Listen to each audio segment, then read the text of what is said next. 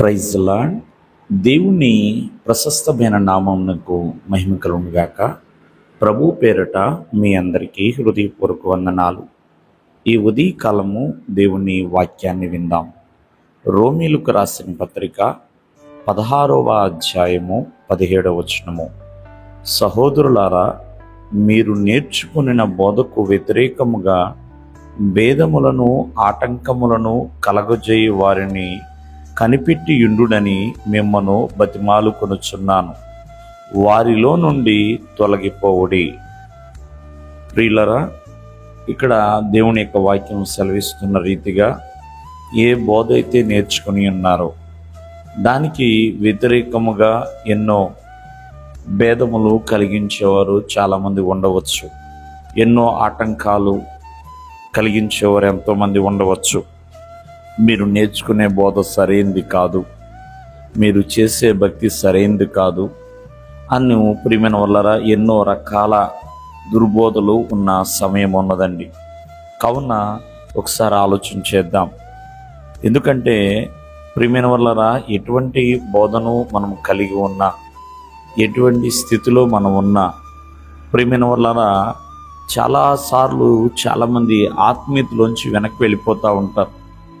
మారు మనసు పొందుకుంటారు, బాప్తిసం పొందుకుంటారు, ప్రభు సన్నిధికి వస్తూ ఉంటారు.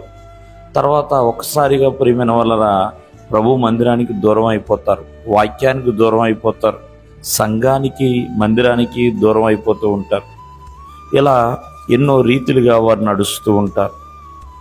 కారణం ఏంటంటే వేరే బోధలు అనుసరించటం. అవి వారికి భేదాలు కలిగిస్తున్నాయి, ఆటంకాలు కలిగిస్తున్నాయి. చూడండి, ఆనాడు పితరులైన ఆదిమ సంఘము అపోస్తుల బోధ యందు ఎడతెగక నిలిచి ఉన్నదని. మరి వారు అంతగానే విస్తరించగలిగారు, స్థిరపరచబడ్డారు. కావున ప్రియమైన వాళ్ళరా ఏదో ఫేస్బుక్లో వస్తున్నాయను, యూట్యూబ్లో వస్తున్నాయను వేరే వేరే వాక్యాలు కాదని మీ స్థానిక సంఘములో మీకు ఎటువంటి బోధలైతే చెప్పబడుతున్నాయో, మరి మీ దగ్గర ఉన్న పరిశుద్ధమైన గ్రంథంలో ఏ వాక్యం అయితే మీరు చదువుతున్నారో అది జ్ఞాపకం చేసుకుని ఆ ప్రకారముగా మనం నడవలసిన వారమై ఉన్నామండి. కావున మీరు నేర్చుకున్న బోధకి వ్యతిరేకముగా వచ్చే భేదాలను ఆటంకాలను కనిపెట్టాలి.